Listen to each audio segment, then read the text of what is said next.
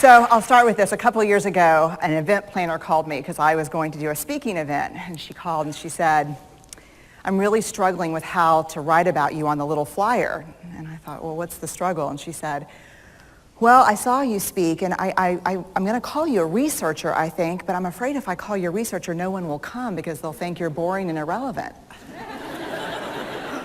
And I was like, okay. And she said, but the thing I liked about your talk is, you're a storyteller, so I think what I'll do is just call you a storyteller. And of course, the academic, insecure part of me was like, you're going to call me a what? And she said, I'm going to call you a storyteller. And I was like, oh, why not Magic Pixie? I was like, let me think about this for a second. And so I tried to call deep on my courage. And I thought, I am a storyteller. I'm a qualitative researcher. I collect stories. That's what I do. And maybe stories are just data with a soul, and maybe I'm just a storyteller. So I said, you know what? Why don't you just say I'm a researcher storyteller? And she went, there's no such thing. So I'm a researcher storyteller. And I'm going to talk to you today. We're talking about expanding perception. And so I want to talk to you and tell some stories about a piece of my research that fundamentally expanded my perception and really actually changed the way that I live and love and work and parent. And this is where my story starts. When I was a young researcher, doctoral student, my first year I had a research professor who said to us, here's the thing, if you cannot measure it, it does not exist. And I thought he was just sweet-talking me. I was like, really? And he's like, absolutely. So you have to understand that I have a bachelor's in social work, a master's in social work, and I was getting my PhD in social work. So my entire academic career was surrounded by people who kind of believed in the life's messy, love it, and I'm more the life's messy, clean it up, organize it, and put it into a bento box. And so to think that I had found my way, to found a career that takes me, really one of the big sayings in social work is lean into the discomfort of the work. And I'm like, knock discomfort upside the head and move it over and get all A's. That was my mantra. So I was very excited about this. And so I thought, you know what? This is the career for me because I am interested in some messy topics, but I want to be able to make them not messy. I want to understand them. I want to hack into these things I know are important and lay the code out for everyone to see. So where I started was with connection, because by the time you're a social worker for 10 years, what you realize is that connection is why we're here. It's what gives purpose and meaning to our lives. This is what it's all about. It doesn't matter whether you talk to people who work in social justice and mental health and abuse and neglect. What we know is that connection, the ability to feel connected, is neurobiologically, that's how we're wired. It's why we're here. So I thought, you know what? I'm going to start with connection. Well, that situation where you get an evaluation from your boss and she tells you 37 things that you do really awesome and one thing that you can't, an opportunity for growth. And all you can think about is that opportunity for growth, right? Well, apparently this is the way my work went as well, because when you ask people about love, they tell you about heartbreak. When you ask people about belonging, they'll tell you their most excruciating experiences of being excluded. And when you ask people about connection, the stories they told me were about disconnection. So very quickly, really about 6 weeks into this research, I ran into this unnamed thing that absolutely unraveled connection in a way that I didn't understand or had never seen. And so I pulled back out of the research and thought, I need to figure out what this is. And it turned out to be shame. And shame is really easily understood as the fear of disconnection. Is there something about me that if other people know it or see it, that I won't be worthy of connection? The things I can tell you about it, it's universal. We all have it. The only people who don't experience shame have no capacity for human empathy or connection. No one wants to talk about it, and the less you talk about it, the more you have it. What underpinned this shame, this I'm not good enough, which we all know that feeling. I'm not blank enough. I'm not thin enough, rich enough, beautiful enough, smart enough, promoted enough. The thing that underpinned this was excruciating vulnerability. This idea of, in order for connection to happen, we have to allow ourselves to be seen, really seen. And you know how I feel about vulnerability. I hate vulnerability. And so I thought, this is my chance to beat it back with my measuring stick. I'm going in. I'm going to figure this stuff out. I'm going to spend a year. I'm going to totally deconstruct shame. I'm going to understand how vulnerability works. And I'm going to outsmart it. So I was ready. And I was really excited. As you know, it's not going to turn out well. You know this. So I could tell you a lot about shame, but I'd have to borrow everyone else's time. But here's what I can tell you that it boils down to. And this may be one of the most important things that I've ever learned in the decade of doing this research. My 1 year has turned into 6 years, thousands of stories, hundreds of long interviews, focus groups. At one point, people were sending me journal pages and sending me their stories, thousands of pieces of data. And 6 years. And I kind of got a handle on it. I kind of understood this is what shame is, this is how it works. I wrote a book, I published a theory, but something was not okay. And what it was is that if I roughly took the people I interviewed and divided them into people who really have a sense of worthiness, that's what this comes down to, a sense of worthiness. They have a strong sense of love and belonging. And folks who struggle for it, and folks who are always wondering if they're good enough.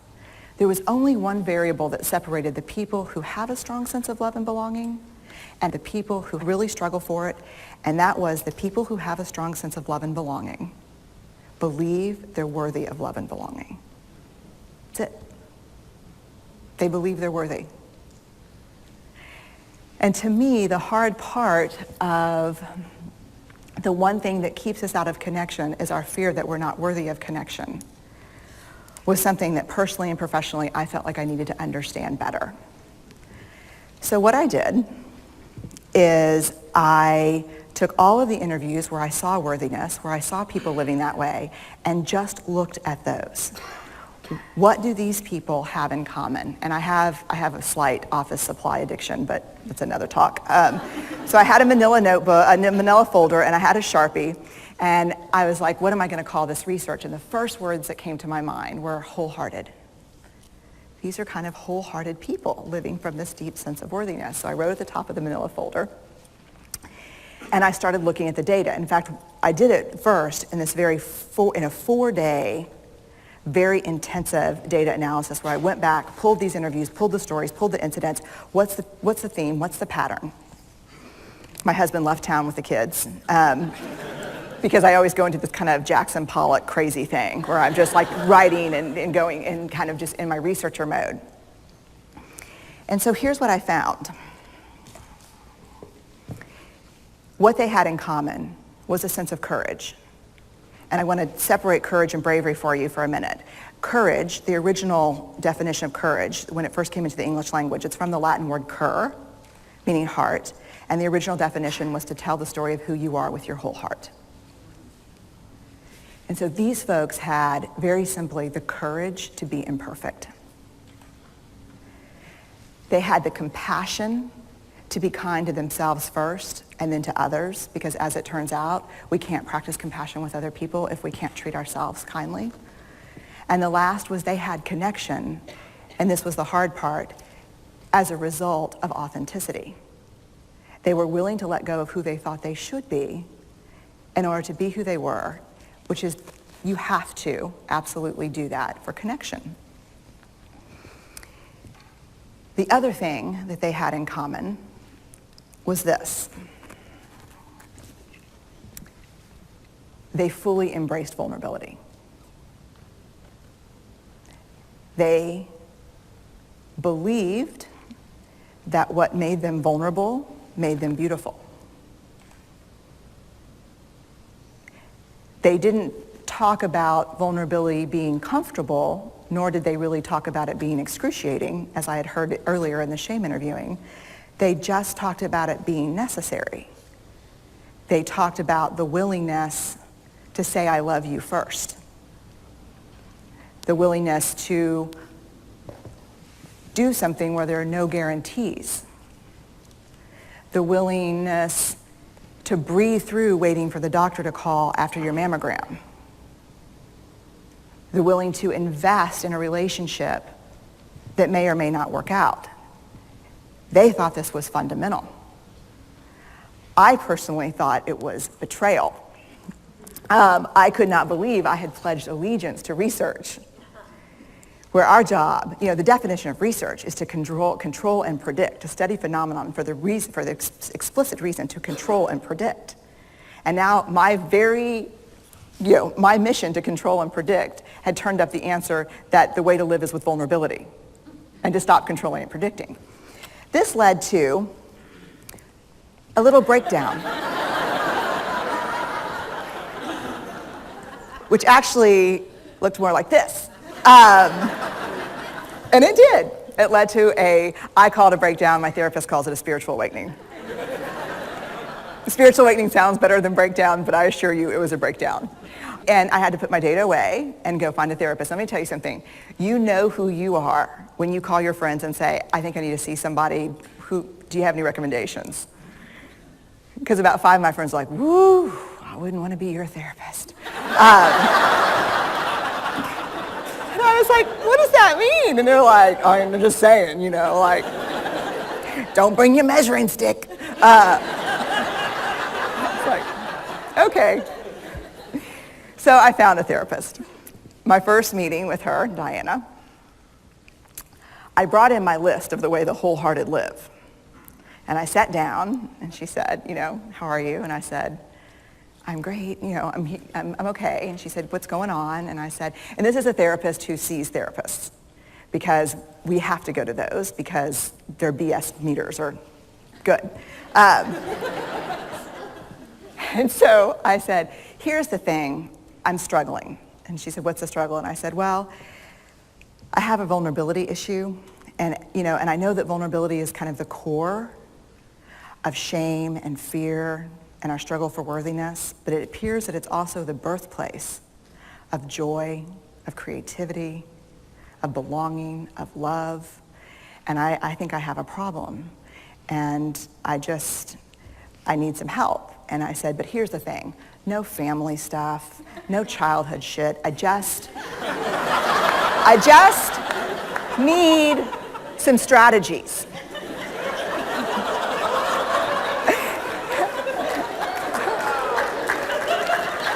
Thank you.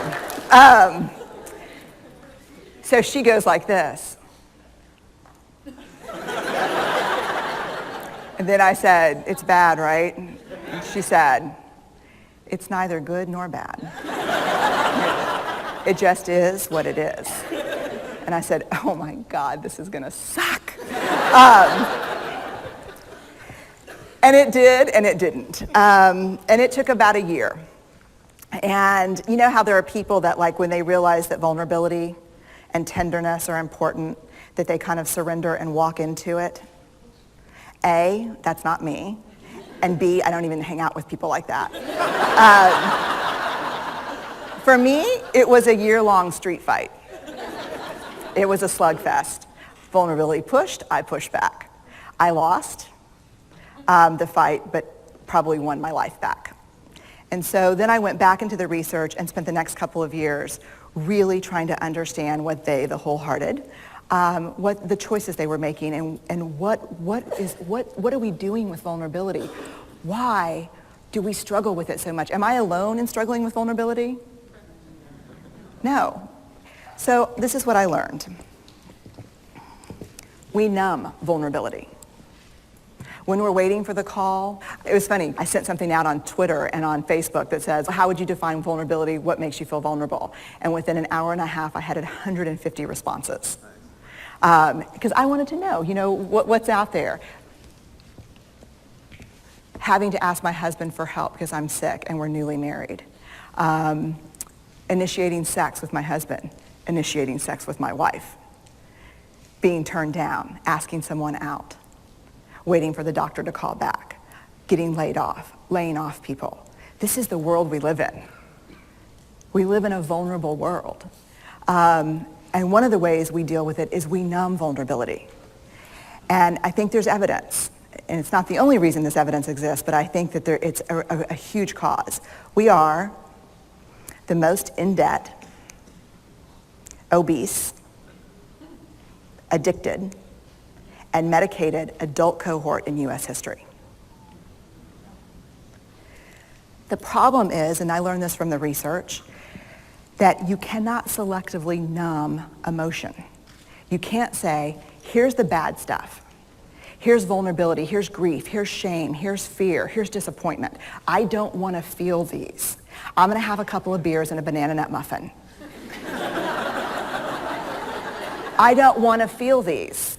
And I know that's knowing laughter. I hack into your lives for a living. I know that's, God. You can't numb those hard feelings without numbing the other affects or emotions. You cannot selectively numb. So when we numb those, we numb joy.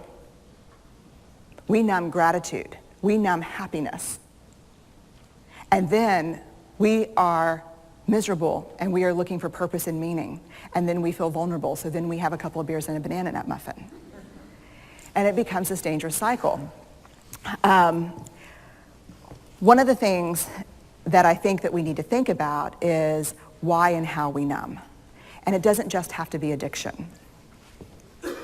The other thing we do is we make everything that's uncertain certain. Religion has gone from a belief in faith and mystery to certainty. I'm right, you're wrong, shut up. That's it. Just certain. The more afraid we are, the more vulnerable we are, the more afraid we are. This is what politics looks like today. There's no discourse anymore. There's no conversation. There's just blame. You know what blame? You know how blame is described in the research? A way to discharge pain and discomfort. We perfect. If there's anyone who wants their life to look like this, it would be me. But it doesn't work because what we do is we take fat from our butts and put it in our cheeks. Which just, I hope in 100 years people will look back and go, wow. You know. And we perfect, most dangerously, our children. Let me tell you what we think about children. They're hardwired for struggle when they get here. When you hold those perfect little babies in your hand, our job is not to say, look at her, she's perfect. My job is just to keep her perfect, make sure she makes the tennis team by 5th grade and Yale by 7th grade. That's not our job. Our job is to look and say, you know what? You're imperfect and you're wired for struggle, but you are worthy of love and belonging. That's our job. Show me a generation of kids raised like that and we'll end the problems I think that we see today. We pretend that what we do doesn't have an effect on people. We do that in our personal lives. We do that corporate, whether it's a bailout, an oil spill, a recall. We pretend like what we're doing doesn't have a huge impact on other people. I would say to companies, this is not our first rodeo, people. We just need you to be authentic and real and say, we're sorry, we'll fix it. But there's another way, and I'll leave you with this. This is what I have found. To let ourselves be seen, deeply seen, vulnerably seen. To love with our whole hearts, even though there's no guarantee. And that's really hard, and I can tell you as a parent, that's excruciatingly difficult. To practice gratitude and joy in those moments of kind of terror when we're wondering, can I love you this much? Can I believe in this passionately? Can I be this fierce about this? Just to be able to stop and instead of catastrophizing what might happen to say, I'm just so grateful. Because to feel this vulnerable means I'm alive. And the last, which I think is probably the most important, is to believe that we're enough. Because when we work from a place, I believe, that says, I'm enough, then we stop screaming and start listening. We're kinder and gentler to the people around us, and we're kinder and gentler to ourselves. That's That's all I have.